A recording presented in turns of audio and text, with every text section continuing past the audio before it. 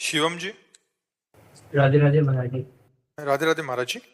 महाराज जी, भगवान का निरंतर नाम स्मरण कैसे किया जाए? गुरुजनों की बताई हुई जप संख्या या निश्चित साधन करने के पहले बाद दिन भर- जबान से हम हर समय हम संख्या पर ज्यादा जोर नहीं देते, हम श्वास पर जोर देते हैं। संख्या तो की इसके बाद मन मतवाला हो गया कि हम 4 घंटे में संख्या पूरी कर ली, अब जो चाहे सो करें। गुरु ने बताया था इतने माला कर। हमको हर समय दुश्मन को जैसे एक बार दबा पाए तो फिर उसके ऊपर चढ़े बैठे रहना चाहिए। ऐसे हमें मन और इंद्रियों ने बहुत जन्मों से गुलाम बना रखा है, और अब की गुरु कृपा से हमको दांव मिला इनके गुलाम बनाने का। तो अब हम चढ़ बैठे इनके ऊपर, रात दिन हर श्वास। नाम श्वास दो बिलक चलत है, इनको भेद न मोह को भावे। श्वास नाम नाम ही श्वासा, नाम श्वास को भेद मिटावे। रोम रोम तब रग रग बोले। ऐसी स्थिति, हम हर श्वास में नाम, हम संख्या पर जोर नहीं देते। संख्या तो हुई और मनमत वाला हुआ। अब 11 माला 16 माला की प्रारंभ में हम भी आदेश करते हैं, पर प्रारंभिक साधना है ये। हमको जब माया पर विजय प्राप्त करनी है या भगवदानंद में डूबना है तो एक भी श्वास नाम से खाली ना जाए, और उसके लिए हमें जबान चलाना है। सिद्ध पुरुषों का मन से भजन होता है, हम लोग साधक हैं तो क्या करें? नाम जीह जप जागे जोगी, जीव से यद जिह्वाग्रे वर्तते नाम तुभ्यम। भगवान के लिए श्री देवहूति जी कह रहे हैं, अहो बत सुपचतो गरियान यद जिह्वाग्रे वर्तते नाम तुभ्यम। मनसाग्रे नहीं कहा, जिह्वाग्रे। राधा राधा राधा राधा राधा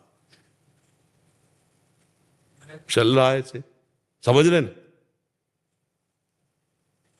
जबान भी हिल रही ऐसे, फिर धीरे धीरे उपांश से मानसिक में पहुंचना होता है। अब सीधे मानसिक में तो 5 मिनट मन भजन में लगेगा, फिर विषयों में भाग जाएगा। देखते हैं ना आप? हाँ जी। वो को नहीं पता, कोशिश करता हूँ महाराज जी की। नहीं, ऐसा नहीं, कोशिश करने वाले का निश्चित होता है। ऐसा लगता है कि 1 घंटा निकल गया, 1.5 घंटा 2 घंटा निकल गया, नाम ही नहीं आया दिमाग। कोई पर नाम अगर आप जबान से जप रहे हैं और मन आपका नहीं पकड़ पा रहा है तो नाम अपना काम कर रहा है। जैसे अग्नि में दाहिका शक्ति है, तो जान के कोई छुआवे या श्रद्धा से छू ले, वो जलाएगी ना, क्योंकि दाहिका शक्ति है। ऐसे नाम में पाप नाशनी शक्ति है, तारण शक्ति है। तो जब हम नाम चाहे भाव से जपे या कुभाव से जपे, एकाग्रता से जपे या चंचलता पूर्वक जप रहे, जब हमारी जिह्वा से राम कृष्ण हरि, राधा राधा राधा राधा राधा राधा, तो उसका प्रभाव होगा, वो हमारे मन को निर्मल करेगा। और जब मन निर्मल होगा तो एकाग्र होने लगेगा, शांत होने लगेगा, अचंचल होने लगेगा। हमको निराश नहीं होना कि 1 घंटा हो गए हमें नाम का चिंतन ही नहीं हुआ, पर नाम तो चल रहा है ना। पूज्य श्री राधा बाबा मशीन की तरह जीभ से तुम राधा कृष्ण ऐसा जपो, आगे का काम भगवान कर देंगे। महापुरुष हैं।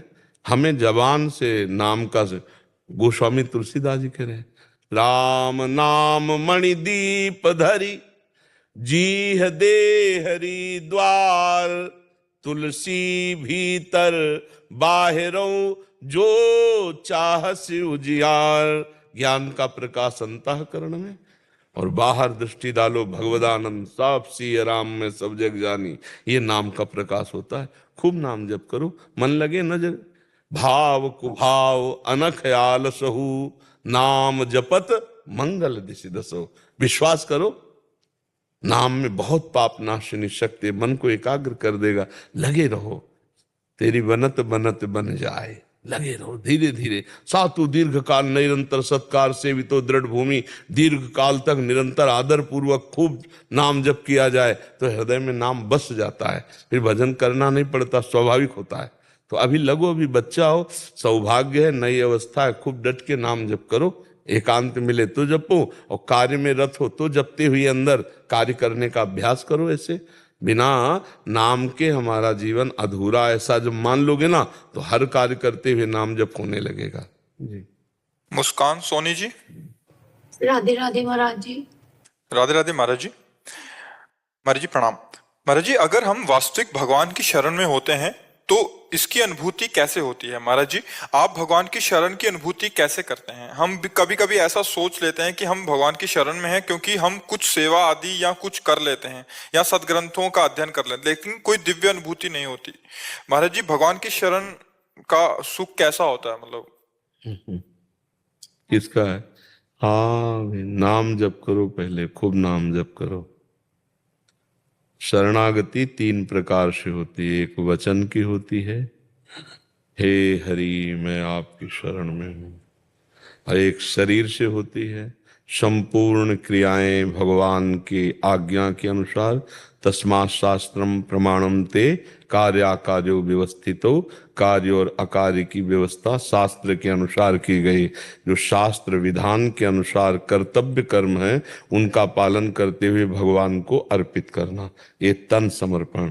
फिर वो मन समर्पण, मन में जो हमारे संकल्प विकल्प भोग विलासिता के होते हैं उनको भगवान की सेवा के लिए, भगवान के चिंतन के लिए, भगवान के नाम जप के लिए हम मन को लगाते हैं तो हमारा मन समर्पित, हमारी वाणी, हमारा शरीर और हमारा मन और हम स्वयं तन वांग मनोभिर अमलई सोहम त्वय्वाश्रिता। शरीर से, वाणी से, मन से मैं सकाम भाव का त्याग करके निष्काम भाव से आपकी शरण में मैं स्वयं हूँ। इसका परिचय होता है श्री कृष्ण अनुकूलेन प्रतिकूलस्य विसर्जनम। भगवान के ही अनुकूल चिंतन, भगवान के अनुकूल बोलना, भगवान के अनुकूल क्रियाएं, प्रतिकूलस्य विसर्जनम, पूर्ण रूप से भगवत प्रतिकूलता का त्याग कर देना।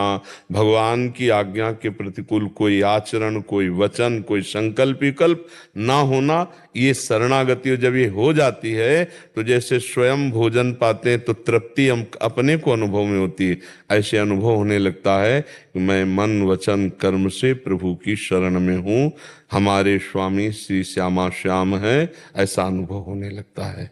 पर खूब नाम जप करो पहले और सत्संग सुनते रहो, और कोई पापाचरण ना होने पावे ये सावधानी रखो।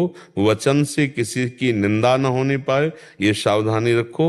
मन से असत भोगों का स्फुरण संकल्प ये ना बनने पावे, ऐसी सावधानी रखो। अगर समझ पा रही हो हमारी बात तो हमारी शरणागति पुष्ट हो जाएगी।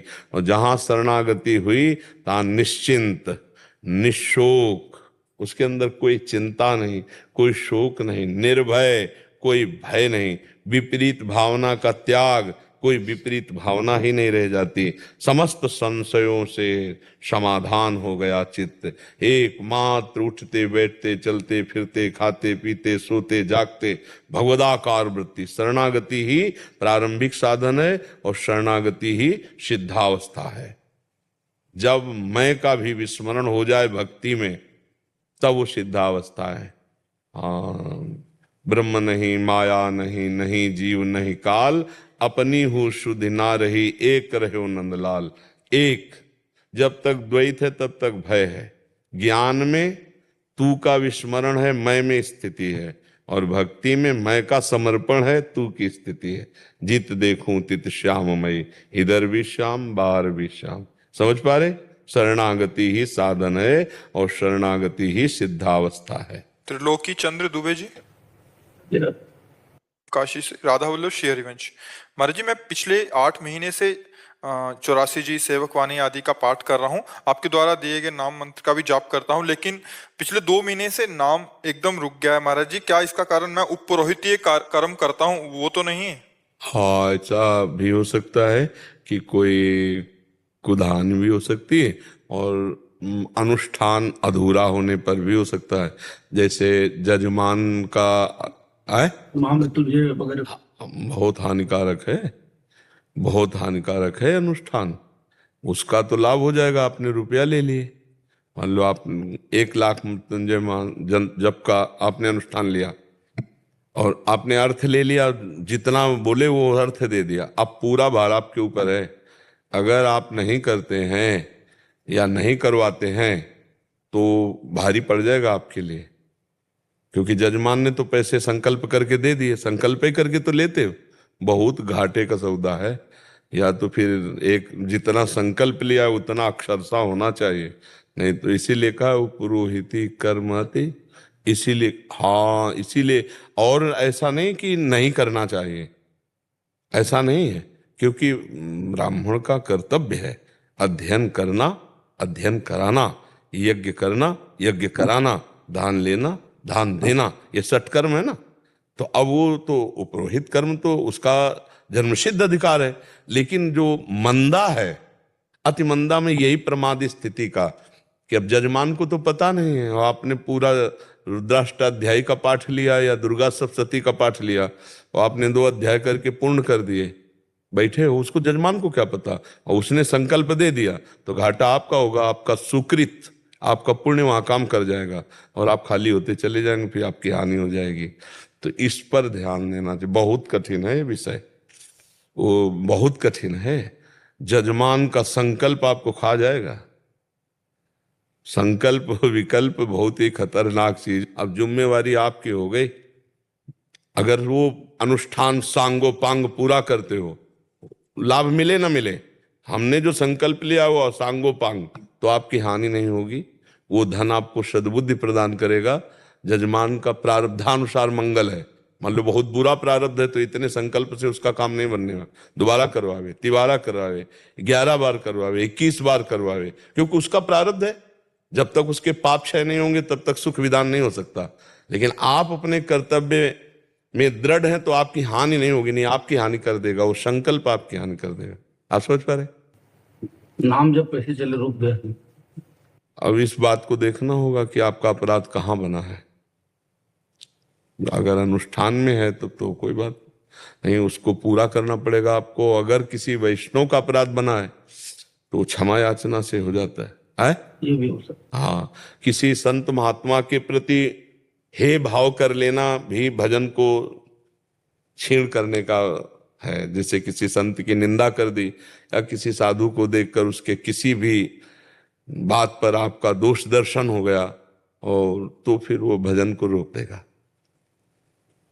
तेरे भावे जो करे भलो बुरो संसार, नारायण तू बैठ के अपनो भवन भुआर। अपना हृदय हमें ठीक करना है बाहर। हमारा किसी संत के प्रति दोष दर्शन ये भजन को चौपट कर देगा। किसी भी संत के प्रति, वो भगवान द्वारा सृष्टि चलाई जा रही है, वो सब अपना, हमारी श्रद्धा ना बने, हम ना जाएं, लेकिन हम निंदा ना करें, हम उनका दोष ऐसा। तो फिर क्या होता है कि आजकल ऐसा शासन तो जबान पे है नहीं, किसी के विषय में कुछ भी बोल दो तो वो चौपट तो करेगा ही। भक्तन निंदा अति बुरी, भूल करे जिन कोय, किए सुकृत बहुजन्म के, छिन में डारे खोए। भक्तों की निंदा एक क्षण में नष्ट कर देगी सारे सुकृतों को। साधु अवज्ञा तुरंत भवानी, कर कल्याण अखिल के हानि। तो ये 2 ही जगह देख लो, एक धर्मानुष्ठान के संकल्प में त्रुटि, और दूसरा संत महात्मा वैष्णव के प्रति शारीरिक वाचिक मानसिक कोई अपराध, फिर भजन अपने आप चलने लगेगा, क्योंकि आप भजन करते हो इसलिए। ठीक है, आप यहीं देख लो, इस पर सुधार करो। और उपरोहिती कर्म भले यार भूखे रहो, बहुत संभल के करो, कलयुग है, बहुत संभल करके करो। जितना अनुष्ठान लो उसको सांगो पांग करो, सामने वाला जानने वाला हो या ना हो, भगवान तो देख रहे हैं ना। वहाँ ऐसा अगर वो पैसा लेके अनुष्ठान नहीं करोगे तो फिर अपनी हानि कर देगा। और बहुत है बुरी बुद्धि भ्रष्ट हो जाती है, जो मतलब पांडित्य कर्म में अनुष्ठान पूरा नहीं करते हैं तो इतने लोलुप हो जाते हैं, इतनी बुद्धि भ्रष्ट हो जाती है। जबकि ब्राह्मण जो वेद विद्या पठित है वो बहुत विनयी, सौम्य और शांत गंभीर स्वभाव, लेकिन विपरीत स्वभाव क्यों? क्योंकि वो अपने आचरण से उतर चुका है। इसलिए त्रिकाल संध्या नहीं तो 2 बार तो संध्या करो। संध्या करते हो? कभी कभी तो हो जाता, कभी नहीं यार, फिर नहीं बन पाएगा।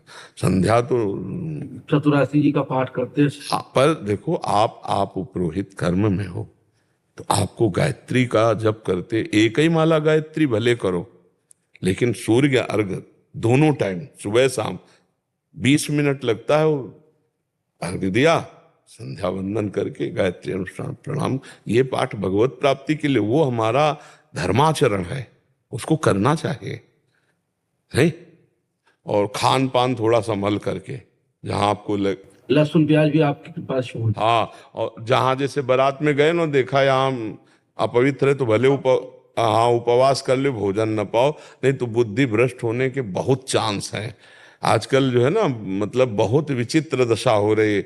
देखो ना, धार्मिक जो हमारी विवाह पद्धतियां थी वो सब नष्ट हो रही कि नहीं हो रही। अब तो लड़का लड़की पसंद कर लिए, माता पिता की भी जरूरत नहीं है, अब सीधे कोर्ट में पहुंच गए, लिखा लिए, खत्म हो गया। तो बुला ले कोई पंडित को तो बड़े भाग्य की बात है, अगर बुला ले तो फिर सांगोपांग अनुष्ठान करवावे उसका। पर वे गुरु जी कहेंगे जल्दी खत्म कराएंगे, हाँ गुजरा वो क्या, उनको काम करेंगे बढ़िया ढंग से, लेकिन विवाह में कहेंगे जल्दी से। हाँ बिल्कुल बिल्कुल, पर जल्दी नहीं करना चाहिए। अब शास्त्र का विधान तो जितने मंत्र हैं, जितना विधान उसी के अनुसार करना चाहिए। अब बोले जल्दी निपटा दियो 10-5 मिनट में, और तुम निपटा दियो पैसा लिए, तो वो तुम्हें निपटा देंगे, पैसा तुम्हारी बुद्धि को निपटा देंगे, तुम्हारी बुद्धि को गिरा देंगे। इसलिए थोड़ा सावधान रहना चाहिए। ये सांसारिक लोग जो है नहीं समझते हैं, पर वैदिक सिद्धांतों में बड़ी सामर्थ्य रही है। जो हमारी वैदिक परंपरा है उससे बड़ा, हाँ, समस्त देवताओं का पूजन करके, गुरुजनों का पूजन करके, वैदिक सिद्धांत से जब गृहस्थ में जाते थे तो संतानें भी वो बड़ी मर्यादा। और अब तो वैदिक सिद्धांत ही नहीं मान रहे हैं, शास्त्र सिद्धांत ही नहीं मान रहे नए बच्चे, कहाँ सिद्धांत मानूं। मतलब ब्याह होके आके जब तक देवी देवताओं का पूजन और गुरुजनों का सब आशीर्वाद, तब तक पति पत्नी का मिलन नहीं होता था, और यहाँ तो मिलन ही है। अब जो गर्लफ्रेंड बॉयफ्रेंड रिवाज चला है, इसमें क्या है? इसमें किसी पंडित देवता, किसी की गुरुजन, किसी की जरूरत है क्या? तो अपने मनमानी आचरणों में उतर रहे हैं, अपवित्र हो रहे हैं, तो उनको क्या पता चलेगा कि धर्म क्या होता है, कैसे धर्म से चला जाता है। और इसीलिए फिर गृहस्थी सफल नहीं होती, क्योंकि उनकी बहुत जगह वृत्ति दूषित रहती है।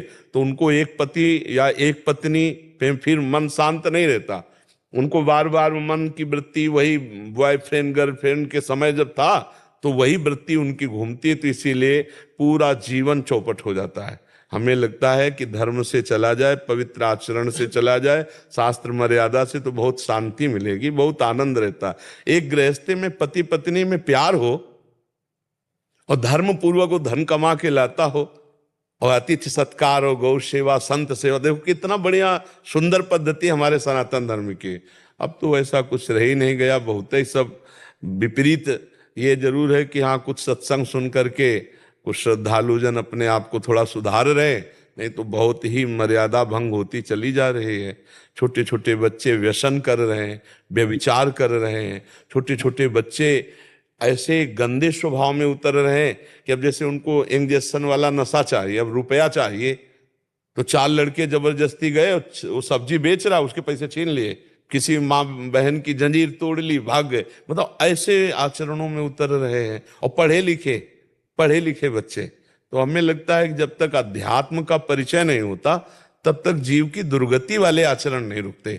इसीलिए साधु समागम जरूर करना चाहिए। संतों के वचन और शास्त्र के वचन से हमारे अंदर ये ज्ञान होता है हमें क्या करना चाहिए और क्या नहीं करना चाहिए। जी। सत्य प्रकाश मिश्र जी, कानपुर से। महाराज जी, आपने भक्ति योग